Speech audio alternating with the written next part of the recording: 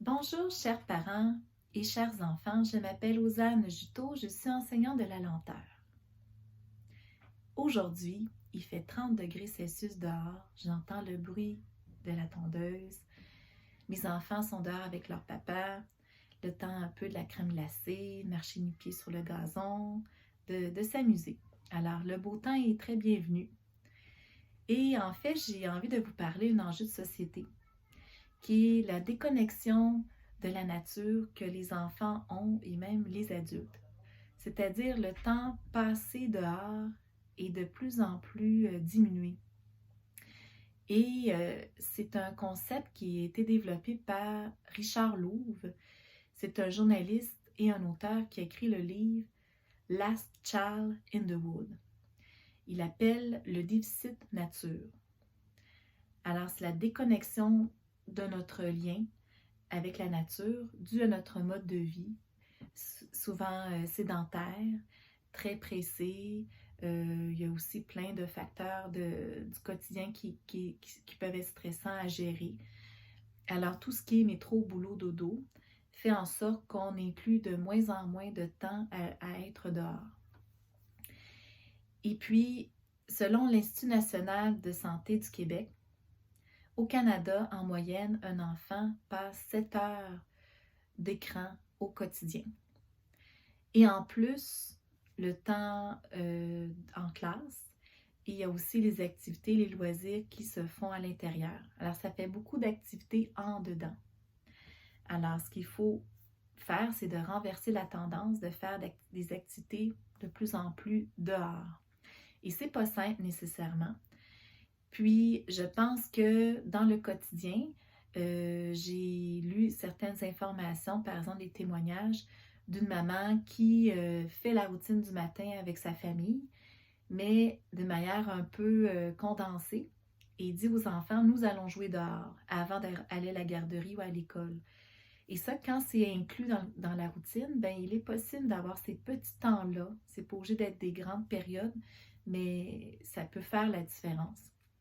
Que ce soit en revenant de l'école, à la garderie aussi, d'aller au parc, de simplement aller marcher dans une ruelle, d'aller prendre une petite marche quotidienne avec la famille. Alors, ça peut être très simple.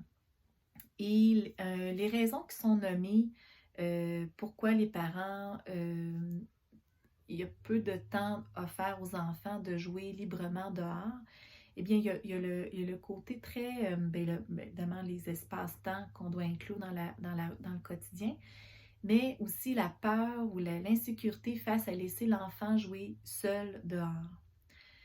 Et puis, en fait, c'est que c'est de faire confiance à l'enfant, de mettre des limites où il peut être. Moi, ce que je fais avec ma fille, c'est que quand elle joue dehors en avant, ben, je tasse le rideau du salon, puis je la vois, je fais d'autres choses et je reviens regarder. Puis je me rends compte que c'est ce qu'elle doit faire. Tu sais, elle joue au bac à sable, elle cueille des fleurs, elle trouve des cailloux, elle attrape un ver de terre. Alors, tout ça peut se faire. C'est sûr, ça demande de repenser, mais tout ça est possible. Eh bien, pour ce qui est de se reconnecter avec la nature, il y a beaucoup, beaucoup de bénéfices. Et j'ai trouvé des informations du camp Keno, qui est un organisme à but non lucratif. Et puis, ils ont une offre de camp nature aux enfants de tous les âges, je pense, c'est de 4 ans à 18 ans. Les bénéfices qui sont nommés, entre autres, c'est la conscience écologique. La conscience écologique, c'est l'affinité que l'enfant va développer avec la nature et c'est tout son lien affectif. Et puis, plus l'enfant est connecté à la nature, plus il a envie il va développer des actions pour la protéger. Alors, ses croyances écologiques se développent davantage. Il y a aussi l'aspect de la socialisation. Alors, quand on pense être dehors, d'aller au parc, bien, ça crée des occasions de socialiser pour les enfants et pour les parents. Moi, je le vis au quotidien après la garderie, puis je peux dire que ça fait des belles discussions libres et très sans, sans retenue, tu sais, juste on profite d'être ensemble. Alors, la socialisation, c'est tout ce qui est le lien qu'il peut y avoir entre les voisins, l'appartenance communautaire. Alors ça, c'est important. Ça permet de rencontrer l'autre. Ensuite, il y a le développement, disons, moteur de l'enfant. Alors, tout ce qui est la santé physique. Alors, les expériences à l'extérieur sont beaucoup plus stimulantes que ce que l'enfant peut vivre à l'intérieur. Alors, que ça soit le développement de s'habileté manuelle, la motricité fine, tout ce qui est développement psychomoteur. Et puis, il y a aussi le côté de gérer les dangers et les risques. Fait qu'il développe son autonomie à ce niveau-là. Il y a l'autre bénéfice, c'est la santé mentale. Alors, diminution du stress et aussi l'aspect de tout ce qui est l'attention soutenue que l'enfant fait en classe ou à la garderie en suivant un cadre ou une activité dirigée, bien, ça lui permet d'avoir cet échappatoire-là en jouant dehors. Et puis, il y a toute l'estime de soi, la confiance de soi, tout ce qui est diminution du stress, diminution peut-être de certaines tensions que l'enfant vit, que ce soit de la colère ou de la peur. Fait que c'est très bénéfique.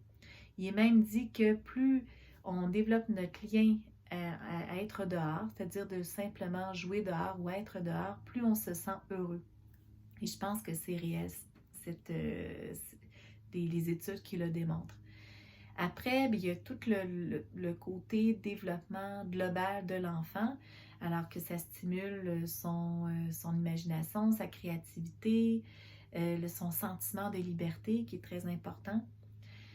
Je crois que c'est une question de volonté des adultes autour de l'enfant d'offrir des temps de jeu libre. Et il y a plein de belles initiatives que j'ai trouvées. Entre autres, il y a le Lion et la Souris, qui est un organisme à but non lucratif dans le Myland, qui offre des temps de jeu libre après l'école ou pendant l'été, à l'extérieur, que ce soit dans une ruelle. Il y a un parc qui s'appelle le Champ des Possibles dans le Myland, qui est un terrain vert, mais qui a été aménagé par les citoyens qui se sont appartenus ce milieu-là. Alors, il y a des pneus, des planches de bois, des tuyaux, toutes sortes d'objets où l'enfant peut vraiment être dans un jeu actif et qui fait justement la gestion du risque et du danger. Alors ça, c'est intéressant. C'est un mouvement qu'on espère de voir de plus en plus se développer dans les villes et les écoles parce que les cours d'école sont très aménagés, très encadrés, très planifiés.